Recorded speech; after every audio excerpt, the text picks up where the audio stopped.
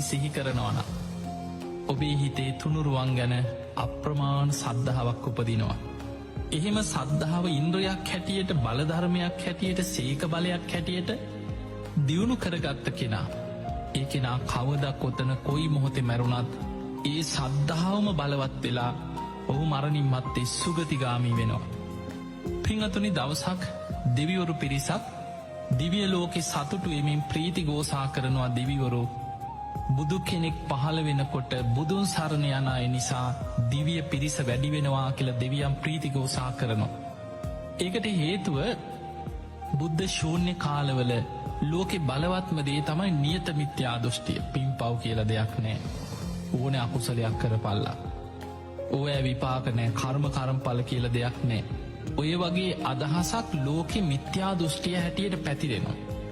ඒ මිත්‍යා දෘෂ්ටිය පිහිටන කාලේ බලවත් වෙන කාලේ ලෝකෙ බොහෝ පිරිස අකුසල්වලට ලැජ්ජාව බය නැති වෙනවා.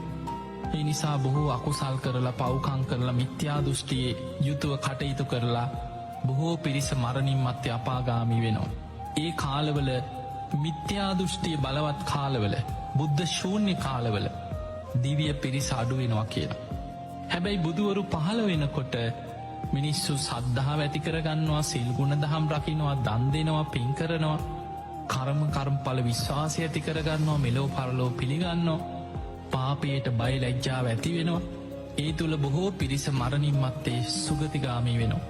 ගාථාවකින් කියනවා ඒකේචි බුද්ධන් සරණං ගතාසේ ස්වාමීනී භාග්‍යතුන් වහන්සේ යමෙක් බුදුන් සරණ ගියොත් අවබෝධය නතිය ගමිස් සන්ති අපාය ඒ අයනං අපායවල්ලෝට වැටින්නෑ කිවා. පහාය මානුසන් දේහ මානුසංකැනීම මනුස්ස දේහෙ මිනිස් කය මිනිස් ශරීරය අතහැරියට පස්සේ දේවකායා පරිපුරෙ සතියයි කාන්තෙන් සුගතියනවා.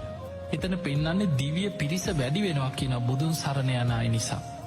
එතකොට අපිට පේනවා සුගතියක යන්නත් බලවත්මදේ තමයි තුනුරුවන් ගැන සද්ධාව තියෙන්න ඕන්. ඔබ කවද කොතන කොයි මොහොතෙ මැරුණා ඔබට සුගති යන්න නං අවශ්‍ය පලවෙනිම දේ තමයි කිව තුනුරුවන් ගැන සද්ධාව. පිංහතුනී බුදුගුණ නිතර සිහි කරනවා කියන එක භාවනාව.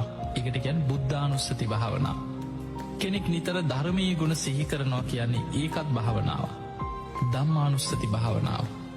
කෙනෙක් නිතර සඟගුණ සිහි කරනවා කියන්නේ ඒකත් භාවනාව. සංඝානුස්සති භාවනාව. මේ විදිහට බුද්ධානුස්සති ධම්මානුස්සති සංඝානුස්සති අනුස්සති භාවනා තුනක් තුනුරුවන්ගුණ සිහිකරන කෙනාගේ හිත තුළ නිරන්තරයෙන් වැඩෙනවා.